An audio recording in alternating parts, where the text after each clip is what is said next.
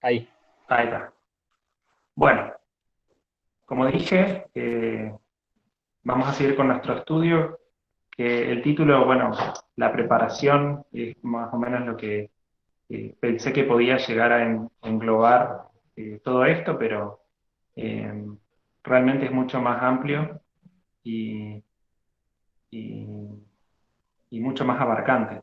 Hoy, según lo planificado, lo que estuve viendo, vamos a terminar y vamos a dar por cerrado este pequeño estudio, pero tómenlo como un puntapié para seguir ampliando horizontes, que es lo que yo ya estuve viendo. A medida que yo iba preparando algunas cosas, me iba dando cuenta que tenía ganas de ver otras y, y también como que se van abriendo puertas. A modo de repaso muy breve eh, de lo que vimos el sábado pasado, habíamos hecho la conexión entre Mateo 22, específicamente el versículo 39, donde Jesús dice que el segundo mandamiento es semejante a este: amarás a tu prójimo como a ti mismo. Ese mandamiento fuimos a Levítico 19-18, que ahí era donde hacíamos esta comparación entre ese versículo y Mateo 22-39. Levítico 19-18 es de donde Mateo 22-39 es sacado. Y cuando fuimos a ver ese texto vimos que amar al prójimo significaba no vengarse, ¿sí? Y vimos, también estudiamos la semana pasada, que no vengarse eh, era lo mismo que no guardar rencor. Solamente que una era, le habíamos dicho, como la forma fuerte y la otra era la forma suave, ¿sí?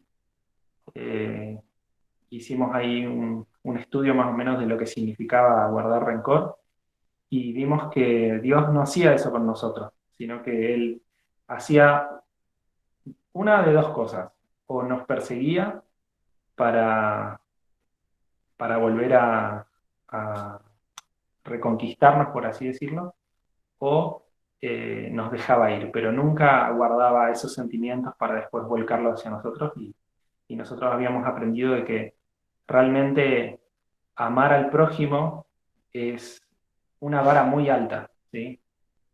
Es tan alta que hemos llegado a la conclusión de que realmente es bastante fácil perderse si uno se pone a ver los requisitos por los cuales nosotros vamos a ser medidos, ¿sí? Eh, y no quiero que me malinterpreten con eso, sino más bien que sea una forma de reflexión. El ideal o la norma es mucho más alta de lo que nosotros pensamos, y eh, también vimos que ni siquiera es necesario planificar una venganza, sino que con el simple hecho de guardar esos malos sentimientos, tarde o temprano, eh, con solo una chispa, con solo una cosa que nos pueda pasar, eh, afloran esos sentimientos y bueno, aunque nosotros pensemos que no están ahí, muchas veces están. Por eso es bastante importante estudiar estos temas. Eh, Cuando estuvimos siguiendo este estudio desde el principio hasta ahora, vimos que tenemos dos grandes tablas. Tenemos la de los cuatro mandamientos y la de los seis. Esa es la ley moral, ¿sí? Una ley que nos relaciona con Dios y una ley que nos relaciona con el prójimo. Ahora, cuando hablamos de la prueba, que Dios tiene que probar ese amor que nosotros profesamos hacia Dios, vimos que en Romanos 2 vimos que los gentiles también iban a ser probados. La diferencia es que en Romanos 2 decía que eh, el que el que tiene ley es probado con la ley, ¿sí? Con la misma ley va a ser juzgado, pero el que sin ley peca, sin la ley va a ser condenado. Entonces, vimos que pensamos, Dios tiene o dos pruebas, ¿sí? Una para cada tipo de persona, para los que tienen ley y para los que no, o una misma prueba que pueda aplicar a esos dos tipos de personas, ¿sí? Y vimos que era así, ¿no es cierto? Solamente que si tiene que ser una prueba que aplique a los dos grupos, tiene que ser algo que los gentiles o el mundo, las personas que no conocen directamente una religión, eh, naturalmente puedan cumplir esa ley. ¿Sí? Y eso fue lo que vimos en Romanos 2.14, eh, que decía que los gentiles hacen naturalmente lo que es de la ley. Entonces, eso enganchaba con todo nuestro estudio, porque todo nuestro estudio venía diciendo de que la primera tabla era algo espiritual, porque Dios es espiritual, y la segunda tabla es algo natural, porque porque el prójimo es algo natural, es un ser humano. Entonces, era lógico pensar que los gentiles podían cumplir la ley de forma natural, porque lo relacionábamos con esa segunda tabla de los mandamientos que estaba relacionada con lo natural. Y ahí sacamos otra interesante conclusión, que la prueba a la cual iban a ser sometidos los gentiles y nosotros no podía ser el sábado, porque el sábado estaba en la primera tabla de los mandamientos. ¿Sí? Eh, Hay muchísimas cosas para hablar de eso, pero solamente para destacar que las personas en el mundo no nacen sabiendo de forma natural que el sábado es parte de una ley. Eso lo sabemos al estudiar un poco más. Una pregunta, ¿Sí? ¿sí? Em, Tú dices que, o sea, de acuerdo como lo que tú acabas de decir, yo me preguntaba, Ujú. entonces, ¿cómo se explica em, las citas del espíritu de profecía acerca del sábado, que iba a ser la prueba? Y bueno, sabemos que iba a ser la prueba en el tiempo de ella, ¿no? En el tiempo de 1888 después de eso, ¿no? Sí, Entonces yo me preguntaba cómo se puede reconciliar las dos ideas. bien. Es una pregunta muy interesante. No creo yo tener todas las respuestas para eso, pero sí quizás puedo eh, decirte algunos datos eh, para poder ampliar. Quizás los chicos tengan más, de forma más detallada, pero sí tengo una idea. Pero ahora cuando avancemos en el estudio, vamos a tocar ese tema para cerrar, así que seguramente tu respuesta va a tener por lo menos una respuesta, perdón, tu pregunta va a tener por lo menos una respuesta parcial. ¿Sí? Si me esperas un poquito, más adelante voy a responder esa pregunta. Gracias. No, de nada. Eh, en conclusión, para este repaso es, nosotros se nos requiere primeramente que amar lo natural para poder amar lo espiritual. Y de esto se desarrollan muchísimas preguntas. Un amigo mío me hizo varias preguntas que me hicieron pensar y que realmente tienen muchísimo sentido. O sea, ¿cómo puedo amar a mi prójimo si no tengo el amor de Dios? O por ahí uno piensa que muchos de nosotros amamos, o sea, aprendimos a amar a nuestro prójimo gracias a conocer más a Dios. Entonces, ¿cómo se entiende eso? Y son muy interesantes esas preguntas, pero a medida que fui estudiando un poco más y tratando de conciliar esto, las respuestas empiezan a llegar. Y nuevamente digo, no creo tener todas las respuestas, pero sí algunos de mis pensamientos.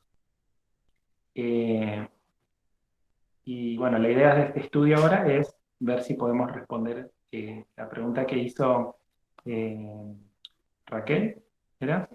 Y también las otras preguntas. Entonces, Dios nos dejó a nosotros las cosas naturales para poder entender aquellas espirituales. Y esto yo quiero que lo vean más bien como es una regla, ¿sí? Por el simple hecho de que nosotros necesitamos de ejemplos, necesitamos de cosas que podamos ver para poder entender aquellas cosas que no podemos ver. Eh, si uno quiere explicarle algo a alguien sobre, no sé, sobre un planeta, por ejemplo, que es algo que a mí me gusta mucho, uno tiene que empezar explicándole con cosas que puede ver, que uno puede darle ejemplos para poder explicar eso, porque son cosas que son tan grandes y majestuosas que muchas veces no nos cuesta, digo, nos cuesta mucho entender. Y eso lo hacemos siempre, aunque por ahí no nos demos cuenta, eh, siempre estamos buscando estructuras o ejemplos en nuestra vida cotidiana o algo que nosotros ya hayamos aprendido previamente para poder aprender los idiomas, incluso con las palabras. Y yéndonos de forma más directa a lo que tiene que ver con las relaciones humanas, a lo que tiene que ver con nuestro comportamiento, porque de eso se trata los 6 mandamientos, ¿sí? Se trata de lo moral de entre nosotros y nuestro prójimo. Entonces, si vamos directamente a eso, nosotros sabemos que esas relaciones humanas no pueden simplemente enseñarnos algo sobre relaciones humanas, ¿sí? Nos tienen que enseñar algo que tenga que ver con Dios. Y una de las cosas que yo les sugiero es que nuestras relaciones humanas nos enseñan a cómo Dios se relaciona con nosotros. Y eso es algo muy interesante que los invito a todos a que puedan estudiar sobre eso porque se pueden sacar muchísimas cosas. Y de eso se trata. Los 6 mandamientos, que son nuestra relación con el prójimo, nos tratan de enseñar sobre nuestra relación con Dios. Y con esto yo quiero tratar de responder una de esas 3 preguntas que tuve, que es, ¿cómo entiendo yo que debo amar primero a mi prójimo para poder amar a Dios? Si necesito del amor de Dios para poder eh, amar a mi prójimo. Y eso es cierto, eso en sí mismo es cierto, pero también cuando nosotros vamos a la naturaleza, Dios es el originador de la naturaleza. Entonces, tendríamos que hacernos una pregunta previa a eso todavía. ¿Por qué Dios creó lo natural si Él directamente nos podría haber creado a nosotros con Él y listo? Y justamente porque a pesar de que Dios es el origen del amor y es el origen de la naturaleza, Él lo hace así para que nosotros, en base a eso, podamos aprender un poco más acerca de Dios. No sé si me siguen. Entonces, cómo me tengo que relacionar yo con Dios? ¿Sí? Y lo que me está dando esa tabla de los mandamientos, de los 4 mandamientos, que es mi relación con Dios, se trata de cómo yo tengo que relacionarme con Dios y no cómo Dios se tiene que relacionar conmigo. O sea, sí me enseña sobre Dios, pero Dios ya sabe cómo tiene que relacionarse conmigo. No sé si me siguen en la idea. En cambio, Dios lo que quiere es que yo entienda cuál es mi rol en esa relación que tengo con Dios. Y para eso yo necesito tener una relación natural con un ser humano para poder aprender. Y ahí es donde toman un rol fundamental las relaciones humanas, ¿sí? ¿Y qué tipos de relaciones humanas ustedes conocen? Yo quiero decirles que hay, hasta ahora, en lo que estuve viendo, hay 5 relaciones humanas. Y yo quiero ver si alguien me puede decir una de esas 5.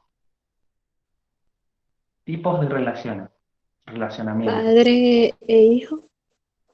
Claro, Raquel dijo padre e hijo. Padre e hijo es una de de ese tipo de relación, ¿sí? Padre e hijo incluye también madre e hijo o madre e hija, ¿sí? Se dice padre e hijo por una cuestión para simplificarlo, pero sería lo mismo padre e hijo que la relación madre-hijo o madre-hija o padre-hija, ¿sí? Bien. ¿Alguna otra relacionamiento? ¿Algún tipo de relación entre seres humanos? Amistad. Amistad. Tania dijo amistad. Ese también es otro tipo de relación. ¿Alguna otra? El matrimonio. Matrimonio. Exactamente. Matrimonio. Cuando se presta un bien o un servicio, por ejemplo, trabajando, ¿puede ser? trabajando. Bien, ¿y cómo sería esa relación entre vos y la persona que te da el trabajo? Es una relación de dependencia y yo estaría prestándole un servicio. Ajá. Y, quién es el dependiente? Yo tengo dependencia del beneficio a cambio de mi trabajo, pues, lo normal es una remuneración, y Ah, también el que me emplea utiliza mi mano de obra. bien. Y o sea, en este caso, la persona que te emplea es una autoridad sobre vos,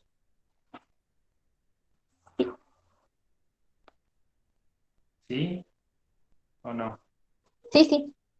Bien. Eso en la Biblia aparece como una relación maestro-siervo, o maestro-esclavo, o amo-esclavo, ¿sí? Es lo mismo. Eh, Ese tipo de relacionamiento es lo que a nosotros nos incluye todo eso, nos incluye alguien que es superior a otro, alguien que depende del otro, alguien que está aprendiendo de otra persona o alguien que está enseñando a otro, ¿sí? Incluye todo eso, incluye tanto en el trabajo como en la educación, como en muchas cosas, ¿sí? Eh, Se podría decir así, maestro-siervo, ¿sí? Donde uno juega el rol del maestro y el otro juega el rol de siervo. Y nos quedaría una, que es bastante común, Hermanos. hermanos. Bien, y ahí tenemos las cinco. Es algo muy interesante porque eh, esos cinco tipos de relaciones eh, nos tienen que enseñar algo sobre nuestra relación con Dios. Y así lo tenemos que ver. El tema es que esos cinco tipos de relaciones tienen sus cualidades, ¿sí? Y esas cualidades son las que nosotros tenemos que eh, estudiar y entender, porque si no podemos entender esas relaciones que son naturales, no vamos a poder entender nuestra relación espiritual con Dios. Por ejemplo, si nosotros comparamos esas cinco relaciones, así, matrimonio, hermanos, padres e hijos, maestros y siervos y amigos, eh, hay una, por ejemplo, que se destaca entre estas, eh, porque es la única relación que es voluntaria, que uno puede hacer y deshacer cuando quiere. ¿Cuál se imaginan que es?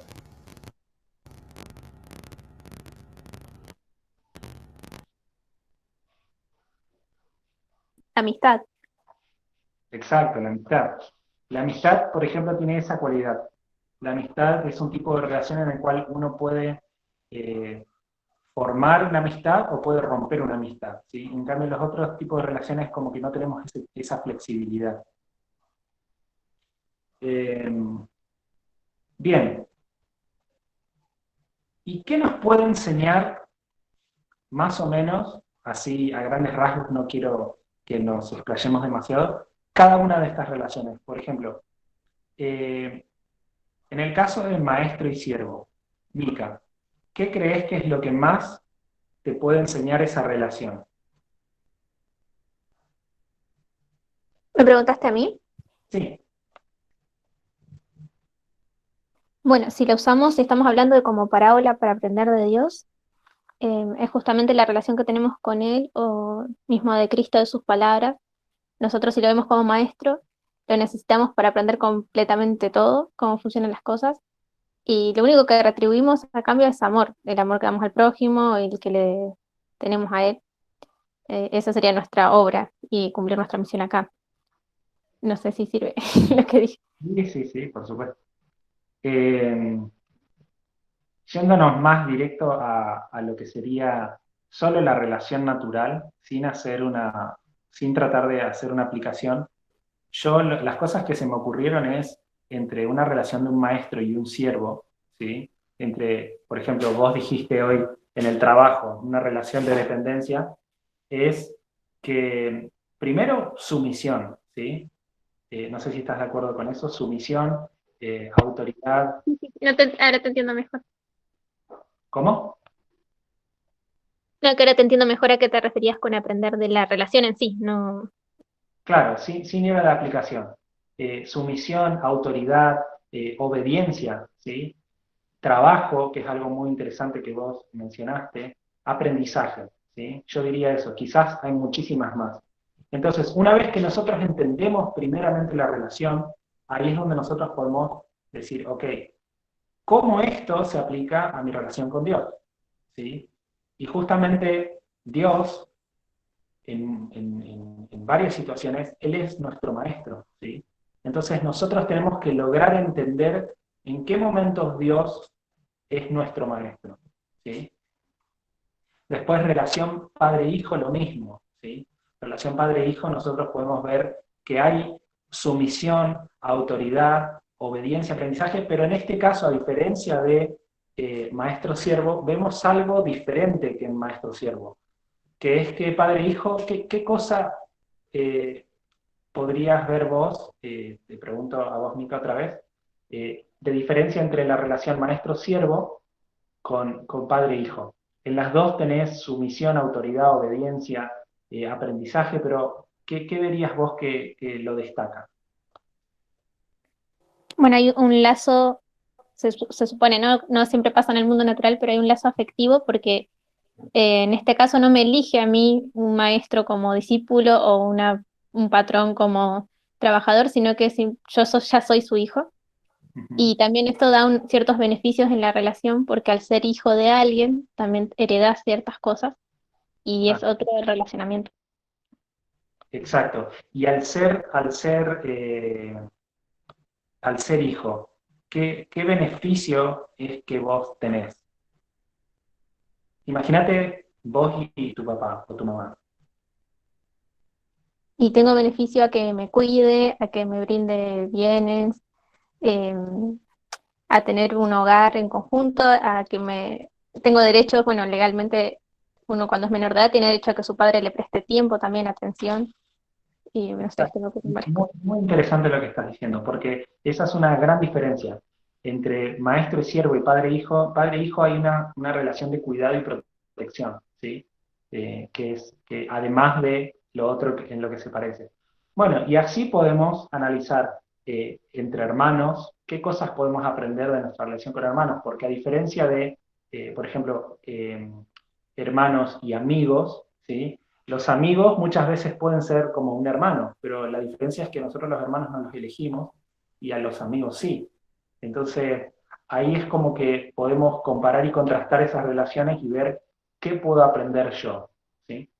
Y por último tenemos esa relación que es una relación que, a mi parecer, engloba todas las relaciones, que es la relación del matrimonio.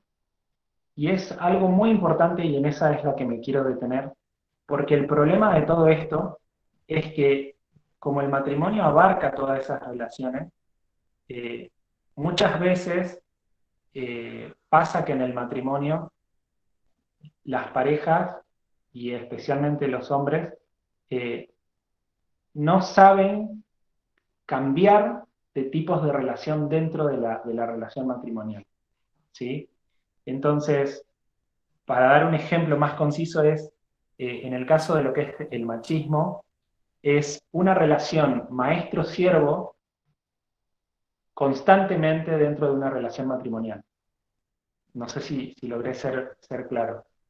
O sea, en ese caso el hombre intenta ser superior y someter a la mujer en una relación matrimonial, ¿sí? Cuando no se puede o no se intenta o no se logra aprender lo que la relación matrimonial me tiene que enseñar, lo que la relación maestro-siervo me tiene que enseñar, lo que la relación de hermanos, amigos, etcétera, me tiene que enseñar, ¿sí? Es como que vemos al matrimonio dentro de una óptica en la cual uno es superior al otro cuando en realidad no es así, ¿sí? Por eso es importante que nosotros logremos ver esto. ¿Por qué? ¿Por qué quiero hacer énfasis en esto? Porque nosotros con Dios, si yo pregunto, Dios es nuestro amigo, ¿sí? Eh, ¿Es cierto o no?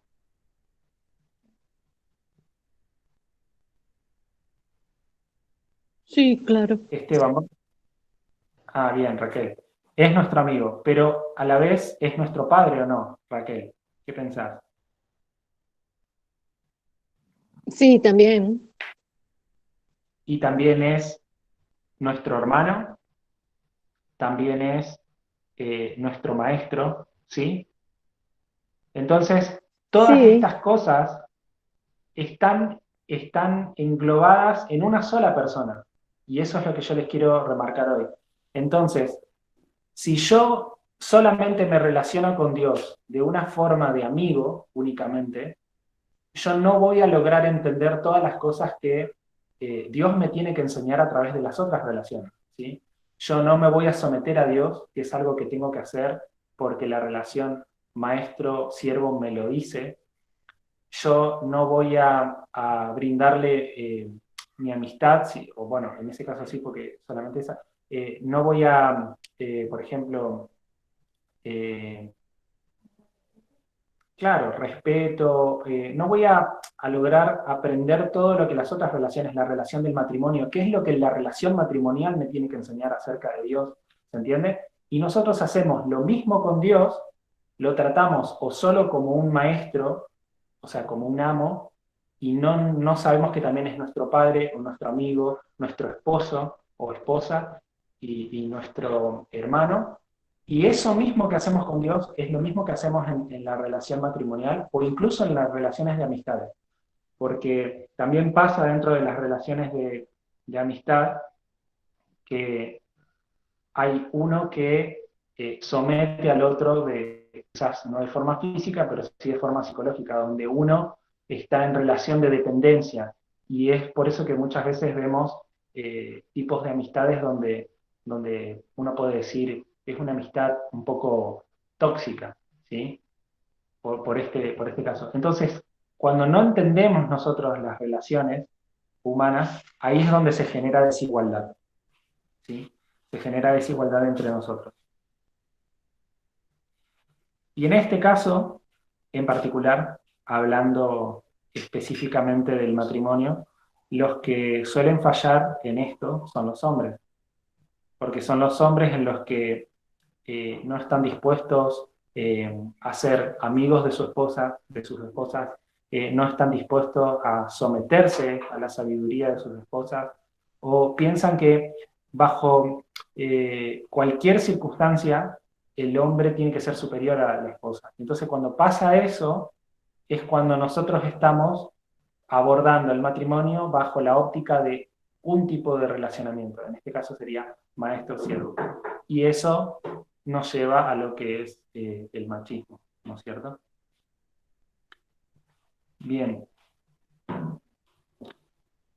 Entonces, dentro del matrimonio, en el caso del matrimonio es algo muy especial porque esta sola relación incluye las otras cuatro, no pasa con las otras relaciones, solamente con la del matrimonio. Y es interesante porque eh, en algún momento del día, a mí me pasa, por ejemplo, con mi esposa que ella sabe muchísimo sobre música. Entonces, en ese momento donde yo le puedo pedir que ella me enseñe sobre música, en ese momento en particular hay una relación maestro-siervo, ¿sí? ¿Por qué maestro-siervo? Porque en ese caso yo tengo que estar dispuesto a aprender de ella y tengo que estar sometido a lo que ella me tiene que enseñar, ¿sí? Entonces, y en otro momento quizás sea a la inversa, ¿sí? Cuando se trate de otro tema, esa relación tiene que cambiar, ¿sí? Porque hay uno que está enseñando a otro, o ser amigos, ¿sí? O ser hermanos, eh, o incluso la relación padre-hijo, porque en algunos momentos quizás una de esas personas necesite un cuidado y protección que es la que nos brinda nuestro padre o nuestra madre, ¿no es cierto? Y en otro momento del día, la relación matrimonial. Eso es algo en lo que nosotros, al estudiar más y al aprender un poco más acerca de lo que es natural, de lo que son estas relaciones humanas, eh, nos tienen que enseñar acerca de Dios. Y esto es algo que también me ayuda a entender otra cosa. Y es que Dios pone las cosas naturales para que nosotros lo conozcamos un poco más a Él, pero, con esto estoy tratando de responder a una pregunta que me hizo un amigo, cuando nosotros aprendemos un poco más de Dios, eso nos habilita a poder aprender un poco más acerca de la naturaleza y de esa forma conocer más de Dios. Entonces, ¿qué quiere decir con esto? El foco y lo principal de todo este estudio siempre va a ser Dios, ¿sí? El inicio siempre va a ser Dios. Si nosotros vemos el tema de la creación, Dios estuvo en el principio, ¿sí? Eso es lo que te dice el Génesis. Pero Dios crea lo natural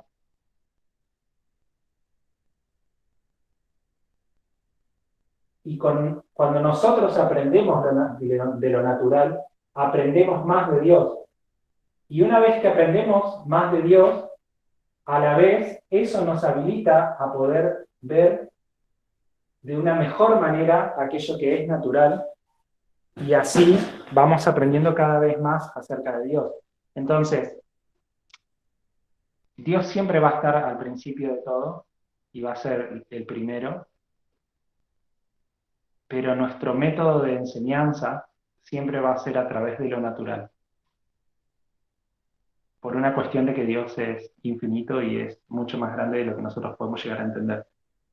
¿Sí? Bien. Y cuando hablamos de esto, es cuando tratamos de entender cuál es el propósito de las parábolas.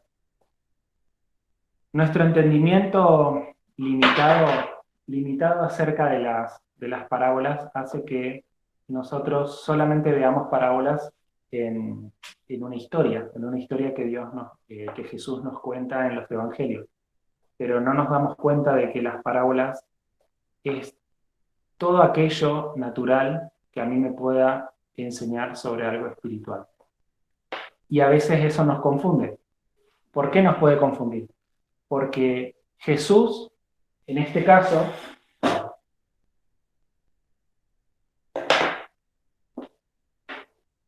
Jesús puede estar acá como Jesús puede estar acá. Y ustedes me dirán, ¿cómo puede ser eso? Jesús va a estar acá como algo Eso es un espiritual. puente. ¿Cómo? Eso es un puente. Ambas cosas. Es la unión de lo natural y lo espiritual. Exacto. Pero a ver, Esteban, ¿vos cómo Sí. pondrías a Jesús como un cumplimiento espiritual de algo natural? Dame un ejemplo. Un cumplimiento espiritual de algo natural. Sí, Y el cordero. exactamente. Si yo pongo cordero acá, ¿sí? Y acá pongo Jesús, yo hago una conexión natural y espiritual. Yo necesito entender qué me quiere enseñar esto para entender algo sobre Jesús, ¿sí? Pero si yo pongo a Jesús acá, no sé si se alcanza a ver ahí. Sí. Sí, sí, se ve bien. Si yo pongo a Jesús acá, Jesús también puede ser algo natural. ¿Y Jesús es natural de qué?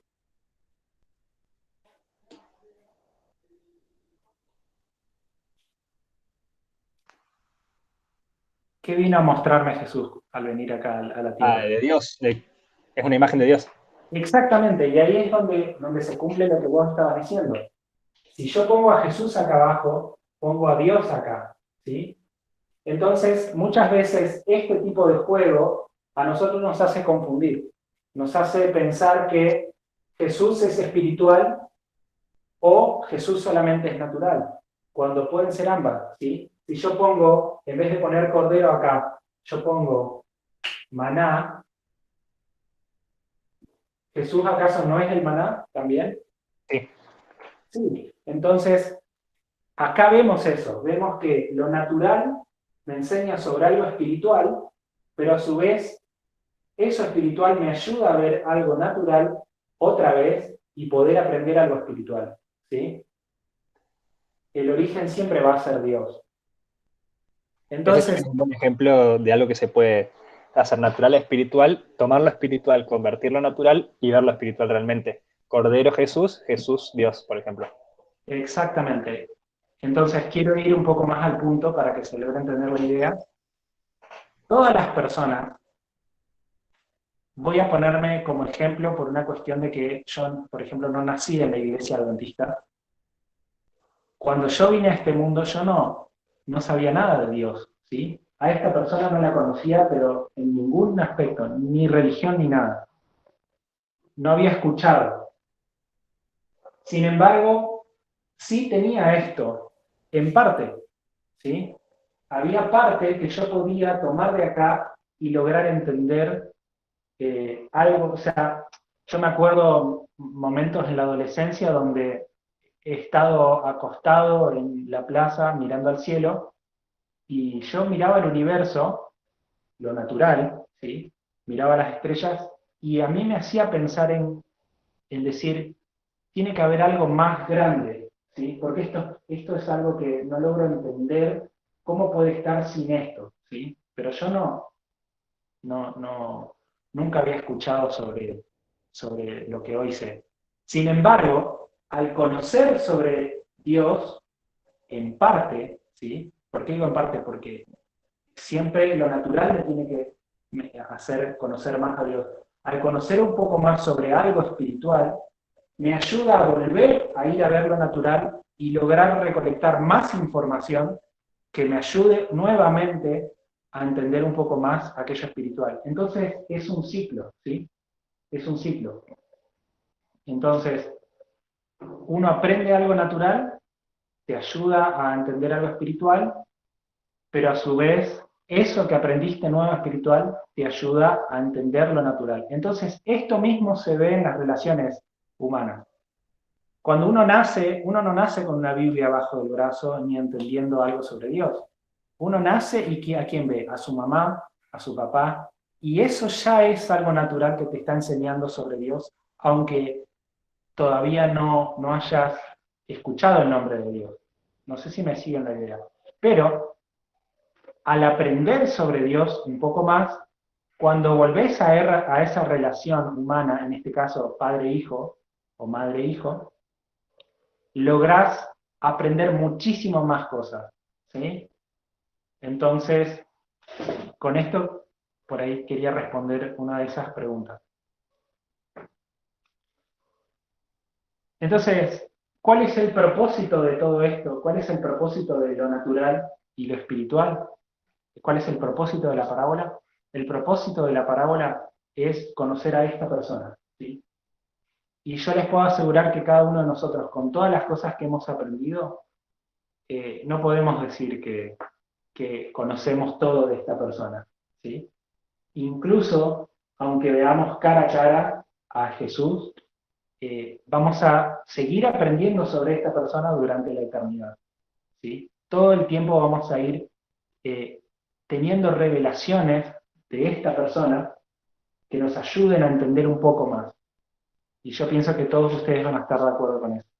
Entonces, el objetivo principal y el mandamiento, podríamos leer nuevamente Mateo 22:38. ¿Quieren ir a Mateo 22:38?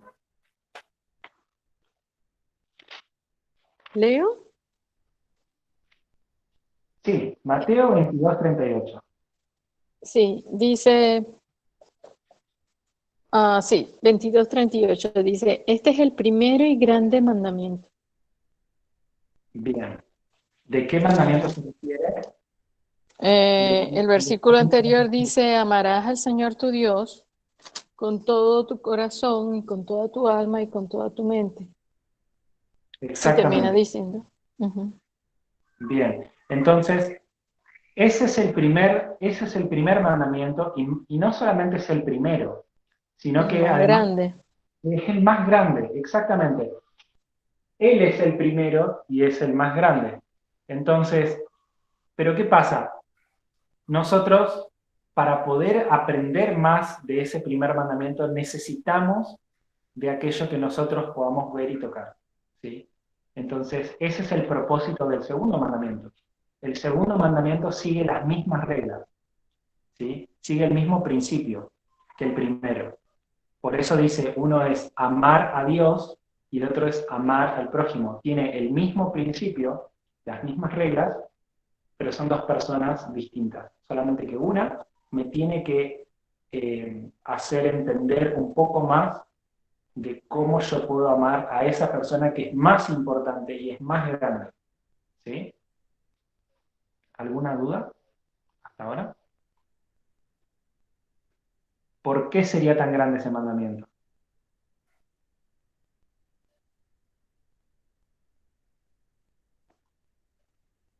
Bueno, porque es nuestro creador. Exactamente, porque el mandamiento está en relación con Dios, ¿sí? Y Dios es espiritual. Y eso también es otra cosa que es importante entender, que si nosotros comparamos lo espiritual con lo espiritual siempre va a ser más grande, más glorioso eh, y más importante, ¿sí? Y eso también es una regla que nos va a venir muy bien para otros temas que estudiemos en la Biblia. Cuando nosotros leemos un texto y ese texto que es algo natural, nosotros lo queremos aplicar nuevamente a algo natural, nosotros sabemos que estamos haciendo algo que nos puede traer errores, porque se supone que lo natural me tiene que enseñar sobre algo espiritual. Entonces, a ver, siguiendo. El punto es que nosotros podamos entender los primeros 4 mandamientos, pero los vamos a entender a través de el estudio de esos 6 mandamientos que son algo natural. Si nosotros vamos a Juan 6, capítulo 46, nosotros vamos a ver algo interesante y que incluso puede llegar a parecer un poco contradictorio, pero si nosotros entendemos esto, y esto es algo que tenemos que implementarlo en nuestro estudio, lo natural me lleva a lo espiritual, ¿sí? Siempre es ese recorrido, lo natural me lleva a lo espiritual. Pero en este caso, vamos a leer el versículo 46 y después vamos a leer el contexto. ¿Alguien me puede leer el versículo 46, Juan 6? Creo. Sí, No que alguno haya visto al Padre, sino aquel que vino de Dios. Este ha visto al Padre. bien. En ese caso, me está diciendo dos cosas. Me está diciendo, básicamente, nadie vio al Padre, ¿sí? ¿Y eso es cierto o no? Por supuesto. O sea, ninguno de nosotros vio al Padre. Pero, ¿quién te dice que sí vio al Padre? Esteban, ¿quién vio al Padre? Aquel que vino de Dios, o sea, Cristo. Exacto. Entonces, lo que me está diciendo ese versículo, ese texto, es ninguno de nosotros vio al Padre, pero esa persona que sí vio al Padre, básicamente vino ¿para qué? Para enseñarme sobre el Padre. Para enseñarnos al Padre, sí. Entonces está haciendo esta comparación, ¿se entiende? Pero si nosotros leemos el Esto viene versículo, de lo espiritual para hacer de natural para que nosotros podamos entender lo espiritual. exactamente. Ahora, pero si nosotros leemos, porque una de las dudas que también tenemos es, ok, pero si yo aprendo más de Dios, ¿sí? También puedo amar mucho más a mi prójimo. Y eso es cierto. ¿Por qué? Porque esto te enseña más de Dios, pero cuando vos entendés, tu mente se abre, se expande mucho más, y cuando volvés al libro de lo natural, volvés a la Biblia, que quiero aclarar, la Biblia, por más que nos hable de algo espiritual, también es algo natural. ¿Sí? Eso es algo que tendríamos que tenerlo en cuenta. La Biblia es Porque natural para entender lo espiritual. exacto, porque todo aquello que sea una revelación de Dios, que nosotros podamos entender, siempre va a ser algo natural. Leamos el versículo 45. ¿Querés leer, Esteban? Sí, escrito está en los profetas, y serán todos enseñados por Dios. Así que todo aquel que oyó al Padre y aprendió de él, viene a mí. Bien. Jesús, ¿qué está diciéndote ahí, Esteban? A ver. Bueno, primero que nada dice que todos serán enseñados por Dios, y dice, el que oyó al Padre y aprendió de él viene a mí, es decir, quien aprendió primero de Dios venía a Cristo. Exacto. Hay una Pero, enseñanza previa por parte de Dios. claro, acá por ahí nos podemos llegar a pensar de que, ok, necesito escuchar primero de Dios para poder ir a Jesús, No, ¿sí? puede ser otra forma, o sea, Dios se explica por medio de lo natural. Claro, pero en cierta medida tiene algo de cierto en eso. ¿Por qué? Porque para vos reconocer a Jesús, primero a quién tenés que reconocer. Bueno, yo acá borré lo que había puesto al principio, Al pero símbolo, al cordero. exactamente. Entonces, parece una contradicción este texto, porque este texto parece como que está diciendo, ok, yo tengo que escuchar la voz de Dios que me diga, que me enseñe para poder identificar a Jesús. Y en realidad lo que nos está diciendo es, si nosotros aprendiésemos de verdad realmente sobre lo que Dios nos está enseñando, nosotros reconoceríamos a Jesús. El tema es que nosotros cuando leemos esto u otros textos pensamos que esa revelación viene eh, el hecho de que nosotros aprendamos directamente de Dios y no a través de sus parábolas. ¿Se entiende Sí. la diferencia? Entonces, aprender de Dios, amar a Dios y todas esas cosas que por ahí suelen tener una especie de sinónimo dentro de nosotros, eh, no dejan de ser formas naturales de aprender. No sé si me explico. ¿Sí? Hay alguien que quizás yo por ahí no explico muy bien, pero si alguien tiene una duda o me quiere hacer alguna pregunta si no entendí esta parte, porque es algo que yo considero que es muy importante. Sí, sí, sí, sí. Es que yo creo que no lo he entendido muy claramente. ¿Sí? ¿Entendiste o no entendiste? No Sí, comprendo. sí. Es que creo que no lo he entendido bien. Ah, ¿querés que lo repita? ¿Que aclare un poquito? Oh, sí, por favor. Ah, bueno. Lo que yo quise decir es esto. Es, Jesús en este caso está diciendo que nadie vio al Padre, solamente Él, ¿sí? Jesús. Jesús está diciendo también que Él es el que nos va a revelar al Padre. Entonces, en ese caso, Jesús se está poniendo como un ente, se está comparando con algo natural, ¿sí? En este caso, Jesús es algo natural, que me va a enseñar sobre Dios. Pero en el versículo anterior dice, escrito está, dicen los profetas, y serán todos enseñados por Dios. Está diciendo que Dios los va a enseñar. Da la sensación de que el camino, en vez de ser que lo natural me enseñe lo espiritual, como me da la sensación en ese texto como que Dios le va a enseñar al hombre y todo aquel que aprenda de Dios va a entender, va a poder aprender que Jesús viene a enseñarme sobre Dios. Entonces, como parece confuso. Pero en realidad, acá hay dos aspectos interesantes. El primero es que dice, está escrito en los profetas. Escrito está en los profetas.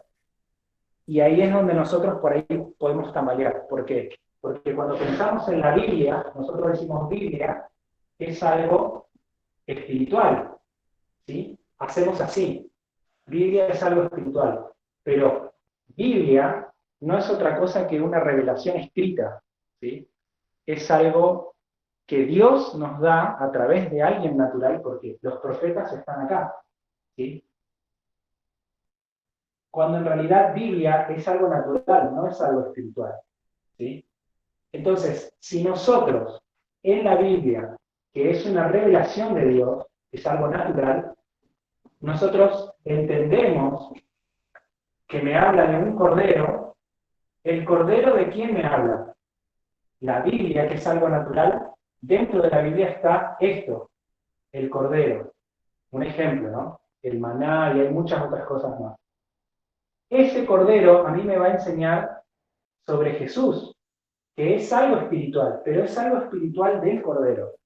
¿Se entiende? Ahora, esa persona que es espiritual del cordero, Jesús, está y vino para enseñarme sobre lo que yo realmente tengo que aprender, que es Dios. Entonces, eso es lo que yo quise. No sé si se entiende ahora, Raquel. Discúlpame, es que se me fue la conexión un momento y los últimos, creo, 2 minutos no te escuché. Perdón. Bien, yo lo que estaba diciendo era esto. La Biblia, que es, vamos a leer el versículo 45, dice, escrito está en los profetas, serán todos enseñados por Dios, así que todo aquel que oyó al Padre y aprendió de él, viene a mí. Ese es Jesús diciéndote, si vos aprendiste de la Biblia, voy a hacer una flecha acá porque la Biblia me enseña sobre el Cordero, ¿sí? Si vos escuchaste la Biblia, que es una revelación de Dios, vos vas a aprender de Jesús.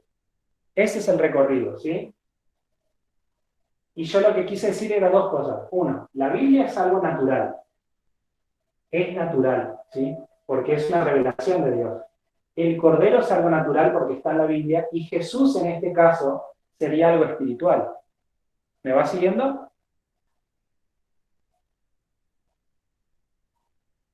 Sí, creo que sí. Bien. Ahora, Jesús en este aspecto es algo espiritual, ¿sí? Pero Jesús, cuando vos te relacionás con Jesús, ¿a quién es, o sea, qué es lo que Jesús vino a enseñarnos al venir a la tierra? Es la imagen del Padre. Entonces, él dijo que si conocemos a Jesús, si le conocemos a él, conocemos también al Padre. Exacto. Entonces, ahí Jesús ¿es espiritual o es natural, Raquel? Es natural. Exacto. Entonces pasa de acá a acá.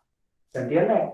Entonces, algo natural me enseña sobre algo espiritual, pero resulta que esta persona que es espiritual del Cordero es algo natural de Dios. Y eso es lo que solemos encontrar repetidas veces en la Biblia. Algo natural me enseña sobre algo espiritual, pero eso espiritual, a su vez, es algo natural que me enseña sobre otra cosa espiritual. ¿Se entiende? Eso era básicamente lo que quería mostrar. Y ese texto Sí. que vos dijiste, vamos a ir a Juan 14, ahí nomás en Juan. Pero te quería preguntar una cosita. Sí, Es que no llegué a captar o a escuchar o a atender. ¿Cuál era la cita que usaste ahorita para hacerme esa explicación? Juan 6, versículo 45 y 46. Estaba un capítulo más atrás. Bueno, gracias. 6, 45 y 46, ¿sí? Sí, sí. Ok, gracias. Ya, de nada. Y ahora vamos a Juan 14.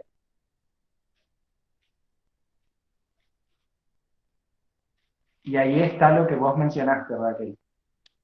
Juan 14, versículo 8 y 9 tenemos, que dice, ¿querés leerlo? ¿Dijiste 14? Versículo 8 y 9. Ok. Felipe le dijo, Señor, muéstranos al Padre y nos basta. Jesús le dijo, tanto tiempo hace que estoy con vosotros y no me has conocido, Felipe. El que me ha visto a mí, ha visto al Padre. ¿Cómo puedes decir tú, muéstranos al Padre? Interesante. Eso es justamente lo que Sí, habías mencionado hoy. sí, muy lindo. Exacto. Jesús vino a mostrar al Padre, ¿sí? Y lo que le estaba diciendo a Felipe es que si lo viste a él, viste al Padre. Entonces hay una relación directa entre eso que es natural con aquello que es espiritual.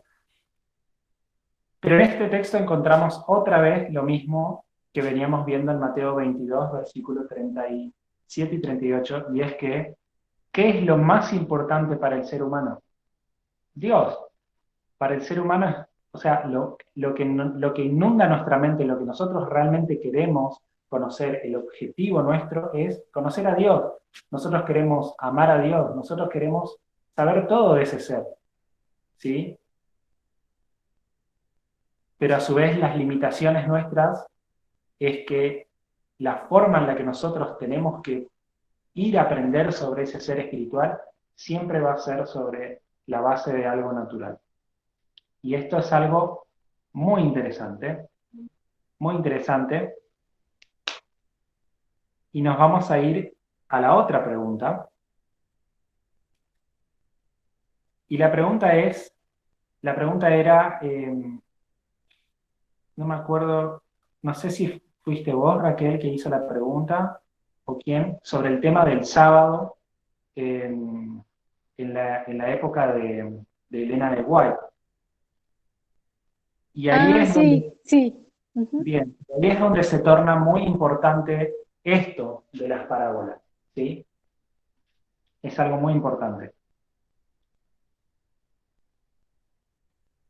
Cuando nosotros hablamos de, de amar al prójimo, cuando nosotros hablamos de los 6 mandamientos, la regla de oro, el nuevo mandamiento, o la igualdad, que lo habíamos dicho también, todo esto dijimos que era una prueba, ¿sí? Para nosotros, porque si nosotros no éramos capaces de amar a nuestro prójimo, eso revelaba que nosotros tampoco íbamos a amar a Dios, tampoco amamos a Dios. O sea, es cierto que necesitamos del amor de Dios para amar a nuestro prójimo. Es cierto que cuanto más conocemos de Dios, nos ayuda a aprender más acerca de cómo tenemos que amar a nuestro prójimo. Eso también es cierto.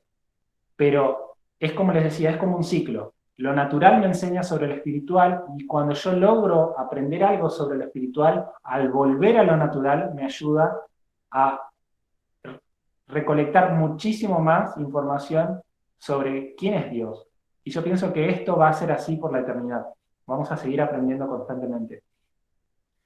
Y esto fue precisamente lo que pasó en, en la época de nuestros pioneros. Porque como adventistas, en general, tendemos a darle muchísima importancia desde el principio al sábado, ¿sí? Y le damos mucha importancia porque básicamente fue algo que nos separó, por así decirlo, o nos dividió con el resto de las iglesias. Era una verdad que había estado oculta desde hace mucho tiempo, o sea, algo que la gente, que las iglesias no lo sabían o lo ignoraban, y fue algo que se reveló. Y es algo interesante porque esta verdad se reveló después del 22 de octubre de 1844. ¿Sí? Incluso en esa época, si nosotros estudiamos un poco más la historia, vamos a ver que más allá de que el sábado había sido descubierto, o Dios lo había vuelto a revelar en ese momento, no era el kit de la cuestión en esa época. El problema en esa época era la esclavitud. Pero cuando nosotros nos vamos a la época de 1888, nos vamos a dar cuenta que ahí sí el tema del sábado, la cuestión del sábado, había tomado bastante preponderancia. Y había tomado esa importancia por el hecho de que se estaba por pasar una ley dominical, ¿sí? Eso era lo que estaba por pasar. Pero, Raquel, con respecto a tu pregunta, la pregunta era, o sea, si el sábado no es una prueba para nosotros, ¿sí? Y no puede ser una prueba porque está en los primeros 4 mandamientos, si nosotros hacemos las tablas de la ley, perdonen las tablas, el sábado está acá, ¿sí? Ujú. Bien. Yo te había dicho que esto no puede ser una prueba por el hecho de que esto no lo podemos aplicar a las personas que desconocen acerca de la Biblia, ¿sí? Y tu pregunta era, bueno, pero si esto no puede ser, ¿cómo se explica el hecho de Ujú. la prueba que pasó en 1888 que tenía que ver con el sábado? Y ahí Sí. hay muchísimas cuestiones por el hecho de que, ¿quiénes fueron los que daban los que estaban dando el mensaje del tercer ángel en esa época? ¿Te acordás? Mm, ¿O alguien que quiera aportar, que quiera...? Wagoner y Jones. Y Jones. Bien. No sé quién dijo, pero bien. Wagoner y Jones. Jones y Wagoner eran los que estaban. Y ellos predicaban sobre la justificación por la fe. Nosotros en nuestra época, nosotros hoy, quizás no entendemos cómo puede ser que la iglesia haya rechazado el mensaje de Jones y Wagoner. Eso es lo que nosotros no podemos, o sea, la iglesia no lo puede entender, porque dicen, ¿cómo van a rechazar el mensaje de la justificación por la fe? El tema es que si nosotros viajáramos a esa época, la misma pregunta nos haríamos nosotros, pero al revés, sería, ¿qué relación puede llegar a tener el mensaje de Jones y Wagoner con el sábado? Y eso era lo que la gente se preguntaba en ese momento. O sea, en ese momento era, o sea, ¿qué tiene que ver lo que estas dos personas me vienen a enseñar con el sábado? ¿Sí? Y cuando nosotros hablamos de la justificación por la fe, bueno, hay muchísimo para tocar en este tema, que yo no pienso que sepa todo eso, pero sí podemos llegar a hablar un poco sobre fe. Y una vez me puse a estudiar esto, y cuando estudiamos un poquito así, o sea, cuando empecé a aprender sobre el tema de las estructuras, me di cuenta que Hebreos 11.1, si quieren pueden ir a Hebreos 11.1, van a ver que la fe tiene esta misma estructura que nosotros estamos viendo acá. Si nosotros leemos Hebreos 11.1, dice, es pues la fe, la certeza de lo que se espera y la convicción de lo que no se ve. Acá hay una estructura bastante interesante, porque me dice que la fe es, dos puntos, la certeza, que cuando nosotros vemos en el inglés dice substance, o sustancia, ¿sí? Sustancia. Y esto también tiene otra traducción que es fundamento. Se podía decir que lo natural. Uy, creo que está justo con la luz ahí. Lo voy a cambiar de lugar. Acá. Sustancia o fundamento, ¿sí? Emma, Raquel preguntaba si eso podía ser lo natural. Sí, escuché, ahí lo estaba por responder. Me dice, la fe es, dos puntos. Recuerden que esto es lo que Jones y Wagoner venían a enseñar. Esto es una explicación muy escueta, ¿sí? Solamente es para que nosotros podamos entender que cómo se relaciona el sábado con lo que ellos vinieron a enseñarnos. Y justamente es eso. La fe, el fundamento de tu fe, es esto, es esta conexión, porque es la sustancia de lo que vos esperás, ¿sí? Lo que se espera, y vamos a poner acá esperanza, es una convicción, o también he visto otras traducciones que decía, es una prueba. Y me encanta esta palabra, prueba. ¿Prueba de qué? De lo que no ves. ¿Sí? Esta estructura es maravillosa, es espectacular. Porque justamente eso es. Tu fe, lo que ellos vinieron a enseñar, la iglesia lo rechazó porque no tenía nada que ver con el sábado. Ellos decían, nosotros predicamos acerca del sábado. Y ellos vinieron, sin rechazar esto del sábado, vinieron a explicar esto, la justificación por la fe. Si vos decís esto, tenés que probarlo con esto. ¿Se entiende? Lo natural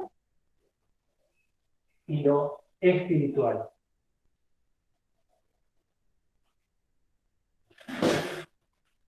Por eso la iglesia en ese momento rechazó el mensaje de estas dos personas, de estos dos predicadores, porque no lograban ver que la conexión que había entre el sábado y lo que ellos venían a traer como mensaje del tercer ángel. A ver, sí, sí, entiendo bien. Entonces sería el sábado Ujú. lo natural o lo espiritual. No, el sábado es algo espiritual. Por eso Ajá. fue que la iglesia lo Entonces rechazó. ok, Justamente porque porque no podía ver, ahora te lo explico. ok, La sí, iglesia estaba esperando un mensaje acerca del sábado. Los predicadores trajeron la justificación por la fe, pero lo que se estaba por pasar era una ley dominical.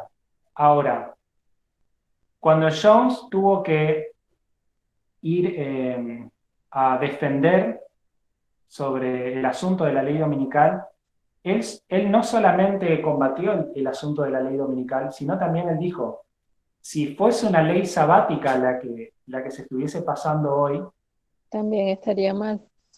exacto, él estaría acá. ¿Por qué? ¿Por qué si a los adventistas, a todo aquel que profesaba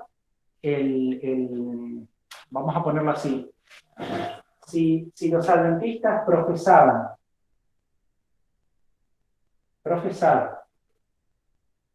guardar el sábado,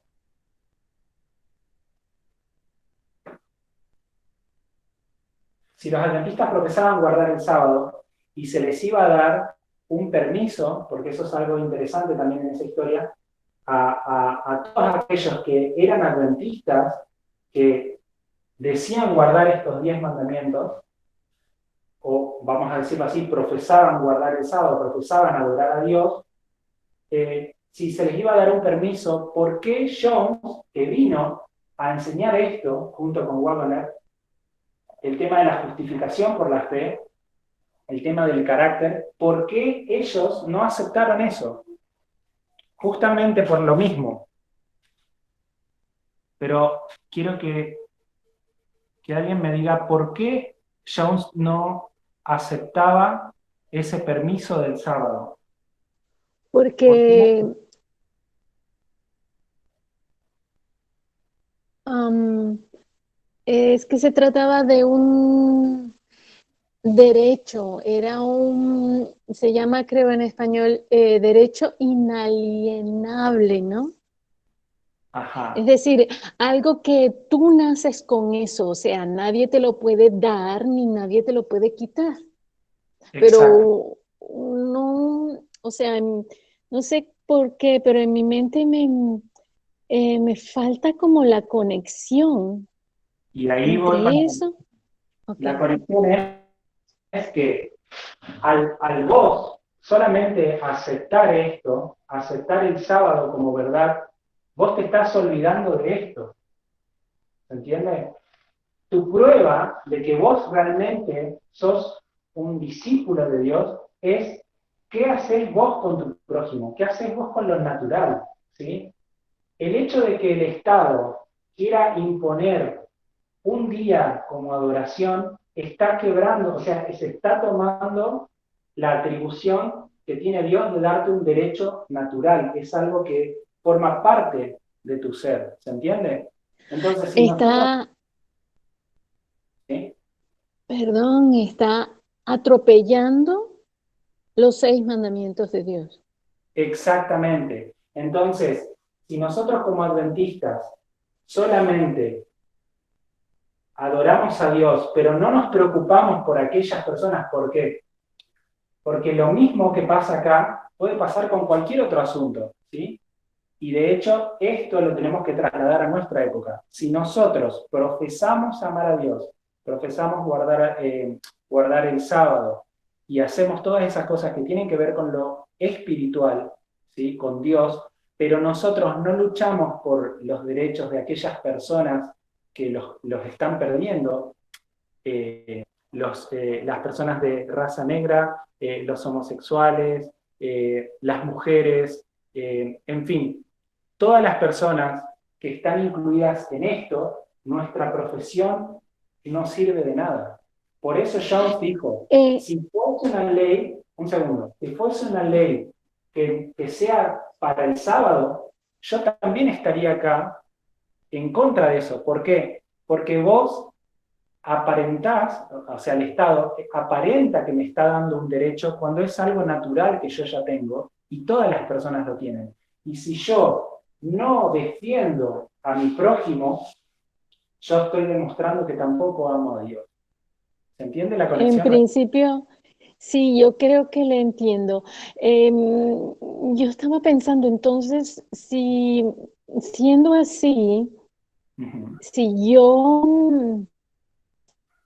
o sea, haciendo así la conexión, a ver si lo sé explicar, entonces la justificación por la fe vendría a ser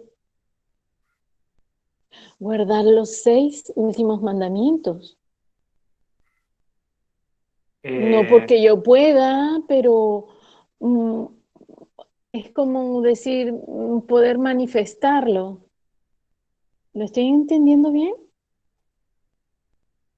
Puede ser, quizás yo no venía con la idea de hablar sobre el tema de la justificación por la fe, solamente quería mostrarles que el conflicto en 1888, aunque parezca que era solamente por la cuestión del sábado únicamente, que es así como muchas veces lo vemos, es mucho más amplio. Tiene que ver con... Está relacionado con la igualdad, con el amor al prójimo, con la regla de oro, con el Exactamente, cómo percibimos a la otra persona. exactamente. Acá, en donde yo puse sábado, yo puedo borrar, no voy a borrar, pero puedo borrar y poner esclavitud, ¿se entiende? Puedo poner racismo, ¿sí? Puedo poner la estatua de Nabucodonosor, ¿se entiende? Todo esto que tiene que ver con algo, con esos conflictos que hubieron a lo largo de la historia, están en íntima relación con nuestro prójimo, ¿sí? Por eso una ley dominical no es algo malo solo porque sea una ley. ¿Por qué? Porque si a mí o sea, nosotros como adventistas solemos verlo así. Una ley dominical es algo malo, ¿por qué? Porque yo ya no voy a poder adorar el sábado, porque yo ya no voy a poder ir a la iglesia, porque no me permiten adorar al Dios verdadero. Pero nosotros no tendríamos que verlo así. Una ley dominical es igual de mala que una ley sabática.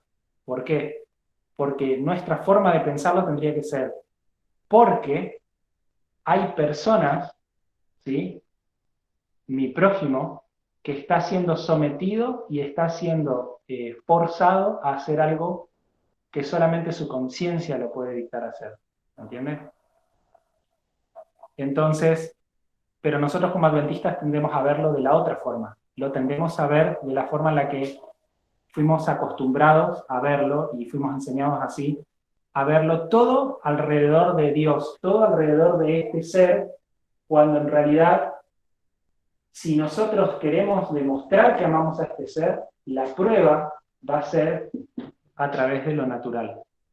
Por eso Jones y Wagoner, en este caso Jones, que estuvo en el Congreso luchando con esta ley dominical, dijo, si fuese una ley sabática, yo estaría acá oponiéndome de la misma manera. Creo que es así. Bien, cerrando, lo que quería que entendamos es que nosotros como iglesia tenemos este problema. Y es que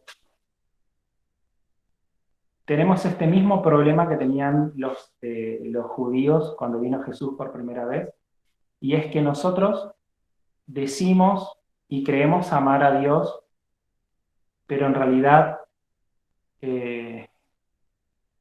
como estuvimos viendo, no amamos a aquello que es más fácil amar, ¿sí? amar a nuestro prójimo, que es algo que nosotros podemos ver. Y eso nos pasa hasta el día de hoy. Por eso Jesús, una de las cosas que le decía a los fariseos era que ellos se daban toda la vuelta al mundo para ser un discípulo, y esa persona terminaba siendo 2 veces más hija del diablo, hija del infierno, después de convertirse a la fe de los judíos. Justamente por esto, porque los judíos enseñaban a amar lo que no se podía ver y a no amar, por así decirlo, a aquello que sí se puede ver, que es nuestro prójimo. Y eso lo vemos en la parábola, por ejemplo, del buen samaritano, donde Jesús hace esta parábola porque el samaritano era considerado lo peor que podía haber en la sociedad, ¿sí? A tal punto, como ya lo he dicho otras veces, no encontraron otro peor insulto que decirle a Jesús que era samaritano, cuando se enojaron con él. Y con esta parábola, Dios les quiso mostrar que el prójimo no era solamente aquellos que eran judíos, ¿sí? Y nosotros tenemos que verlo de esa misma manera. Nuestro prójimo no es solamente aquel que es adventista y que va los sábados a la iglesia con nosotros. Nuestro prójimo es aquel que necesita nuestra ayuda.